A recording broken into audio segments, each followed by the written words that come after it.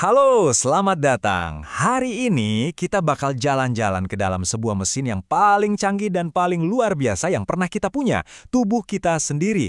Dan pemandu kita kali ini adalah cerita-cerita dari seorang dokter UGD, yaitu Dr. Gia Pratama. Kita mulai dari kutipan yang dalam banget nih ya. Perjalanan kita ini dimulai dari titik awal para dokter itu sendiri, yaitu dengan mempelajari apa sih sebenarnya isi dari tubuh kita. Ya kan? Untuk bisa benerin sesuatu, kita harus tahu dulu dong bagian-bagiannya. Nah, bagi mahasiswa kedokteran, ini artinya mereka harus belajar langsung dari kadaver. Pengalaman membedah kadaver inilah yang mengubah rasa takut jadi rasa takjub. Ini benar-benar jadi fondasi penting banget buat mereka untuk ngerti gimana tubuh kita bekerja. Nah, ngomong-ngomong soal cara kerja tubuh, kita langsung masuk ke sistem vital yang pertama. Oke, sekarang kita bahas soal ginjal. Coba deh, jangan bayangin organ ini sebagai sesuatu yang rumit. Anggap aja ginjal itu kayak stasiun cuci piring super efisien yang ada di dalam tubuh kita. Analogi ini benar-benar nyederhanain proses yang krusial banget. Bayangin aja, ginjal kita itu punya jutaan tangan super kecil yang namanya nefron. Dan tugas mereka, nyuci seluruh darah di tubuh kita 24 jam sehari, 7 hari seminggu, non-stop. Nah, kalau proses bersih-bersih ini sampai rusak atau macet, limbah-limbah beracun ini bakal numpuk. Persis kayak asap yang ngepul di dalam mobil kalau knalpotnya rusak. Terus, apa dong yang biasanya bikin knalpot tubuh kita ini sampai rusak? Dan ternyata ini dia, dua biang keladi utamanya.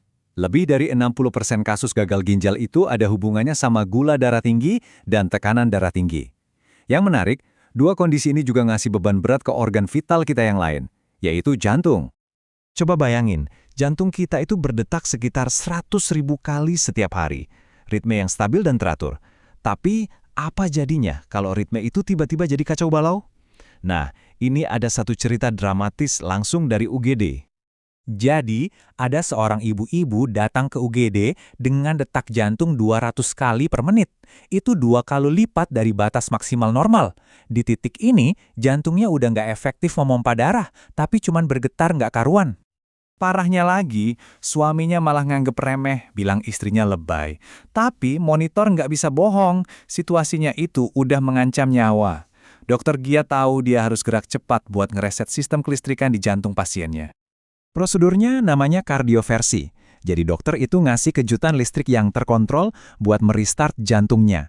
Dan setelah 2 kali percobaan, akhirnya ritme yang kacau balau di monitor itu pun mulai tenang.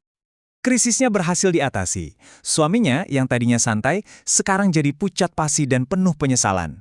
Dia lihat dengan mata kepala sendiri betapa rapuhnya detak jantung itu.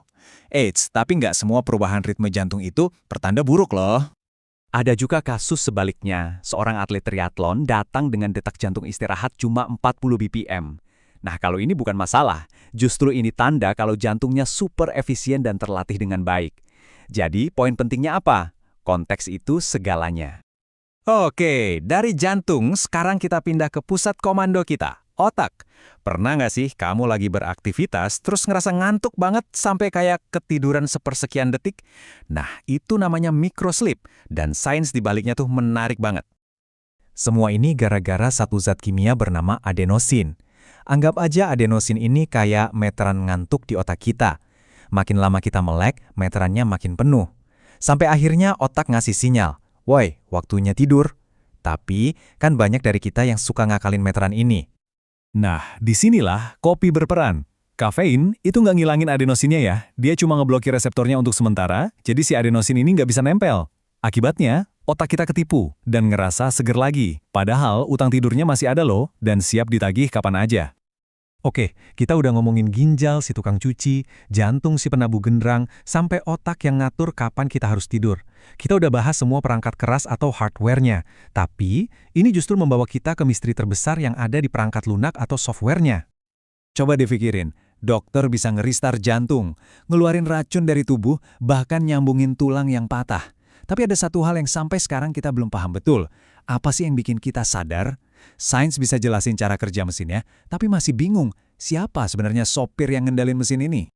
Dan itulah pertanyaan pamungkasnya kan? Ini jadi pengingat, kalau sehebat apapun kita belajar, tubuh manusia itu akan selalu menyimpan misteri yang bikin kita takjub dan kagum. Terima kasih banyak sudah menyimak penjabaran kali ini.